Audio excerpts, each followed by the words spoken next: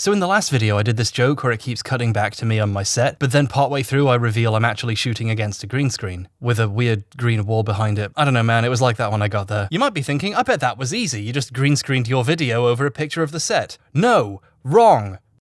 Stupid. The set was built in my mum's garage, and she moved in 2020. It had to be taken down. Oh, Jesus. I kept some pieces, but the set itself is gone, which poses an issue for like taking a proper photo to use as a background, right? Well, thanks to 3D software, there's an incredibly stupid solution. I've been playing around in Blender a lot lately. For those of you who have strayed from God's light, Blender is a free open source 3D program that started out kind of janky and weird, but lately it's become basically the best 3D program in the world ever for the low price of nothing, which is a bit less than the $1,800 every fucking year. I've been using Blender for parts of videos here and there for a while, because it's really useful for achieving certain kinds of effect, and it's also just fun. It's a fully featured professional tool, but it feels like playing with a fun toy box in a way the vastly more expensive equivalent programs just don't. So, since we can't shoot any more footage on that set, why don't we make a 3D model of the set to use as a background? See, I warned you it was stupid. Before we tore the set down, I took a bunch of pictures from a bunch of different angles and positions. So with Blender, and this is amazing, you can make a 3D model of something in like 5 seconds. Just make one of your pictures the background of your camera, make a plane, move the edges, line them up, extrude new geometry for the walls, line those up, and then hit project from view.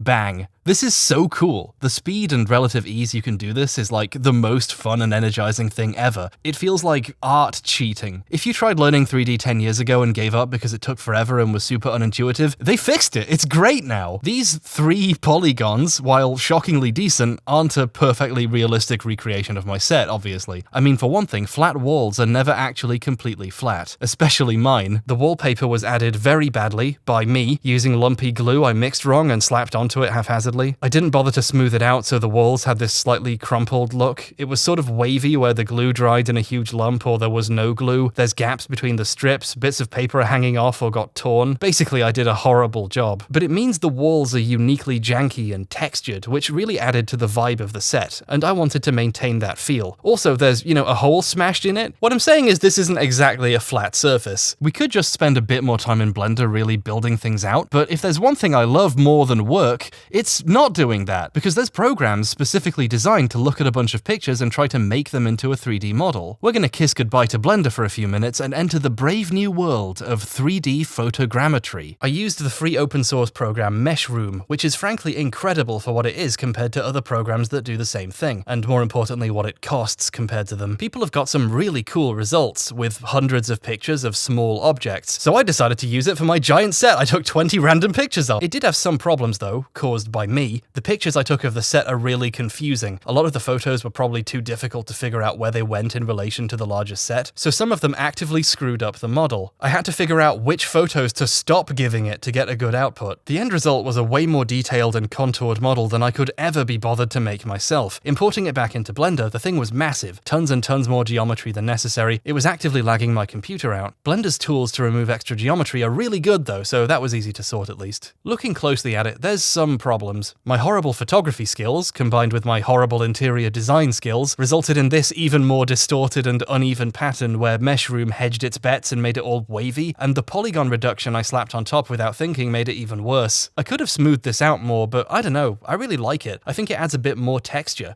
It's basically free detail. I used this set in the vaccines video briefly as a test, and I really liked how it looked. I hid Lindsay Ellis's book in the background, partially because I thought it would be funny, but also because I made that 3D model as a test of the software, so I already had it lying around. Now I can do whatever I want with Lindsay's book. One day I might even read it. Remember when you used to read books? How do you even look at yourself? Once you have a 3D recreation of an environment, you suddenly have a lot of power to make a shot look exactly how you want. Like, you can literally change the lighting in post because these are 3D objects that react to light. It's absurd. I can set the focal length of the camera to exactly match the one I was using when I shot the green screen footage, and I can set it to the same height and angle I put the actual camera to. This instantly makes it feel way more like it's actually there. You can put a light into the scene with the same color temperature and brightness and position and angle as the actual lights you use to like your actual footage, so even the lighting kind of matches. It's not perfect, but at the very least, no one has noticed the background isn't even a real picture and is actually a 3D model yet, so I think it passed the sniff test. What really sold it though was the shadow, which is hard to do in Blender with flat images with transparency in 3D space, or at least I haven't done it before. Instead, I rendered just the background as a flat image and brought it into After Effects. I'm more used to After Effects' chroma keying stuff anyway, so it was great for getting rid of some of the green spill from the light bouncing off the green walls and back onto my face, and lots of green light got on the table, which was fairly easy to mask out of the key and then correct back to normal later.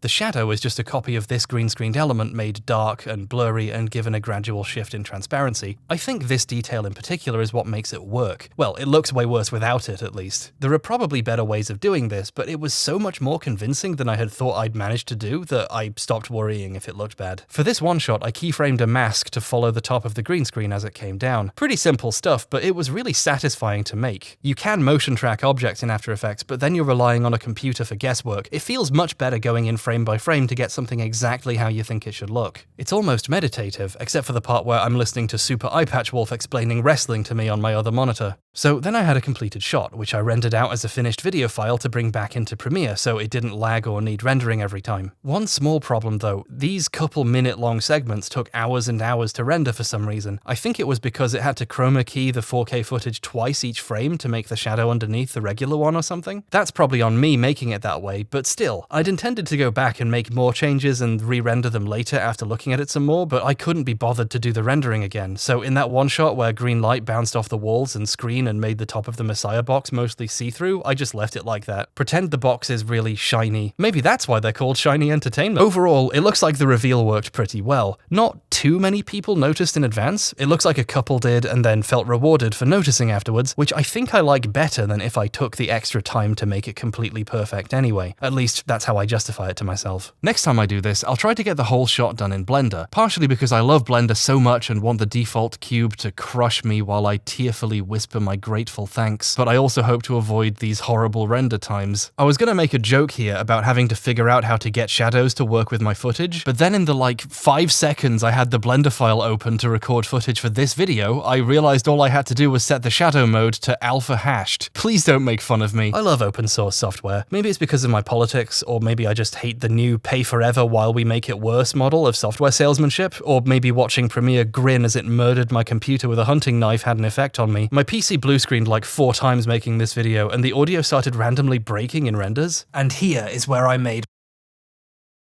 had to essentially replace all the live action audio with exact copies of itself. To be fair, that would be true. Which fixed it, but was a truly painstaking reminder of how these big companies are ultimately a business whose primary goal is money, and making a program that works properly is mostly secondary. Look, you see this notepad? This is what Adobe Premiere shows you when it loses some of your footage for no reason. This isn't a silly little joke. This is my life. This is my fucking life. Through open source, it's actually possible to focus on making apps that serve their purpose properly and not so much on the fiscal earnings report. Quick, millions of people give us money every month to use our tools, but we need to save more money somehow or investors will be mad. Let's end our lucrative deal with Pantone so everyone who uses their colors has them replaced with black. Holy shit, they can do that. What the fuck? The existence of things like the Blender Foundation, or Alice Vision, the non-profit that runs the amazing Mesh Room, or Muse Group, who make the awesome free open source composition app Muse Score, and now also Audacity, is absolutely heartwarming. Then again, I'm a little biased. Muse Score's lead designer also composed the opening song for the Ruby video. Thanks, Martin. He made a great video on his channel about the design process behind the new Muse Score lately. Honestly, his channel is one of my absolute favorites if you haven't checked it out before. I'm gonna do a video about the state of digital creative tools soon. If you don't know, I did a residency program that finished earlier this year where the creators used a range of methods and mediums to make art and games and short films, and early next year I'm gonna make a video showcasing their work and exploring how they used all the tools at their disposal, because this is an endlessly fascinating and important subject, and I wanted a way of digging down into all the different ways people use tools to make art, and how those tools could maybe be improved. It was a really fun experiment, and I want to thank you, my patrons, for giving me the opportunity to just pay some young creatives to make something they wouldn't have done otherwise.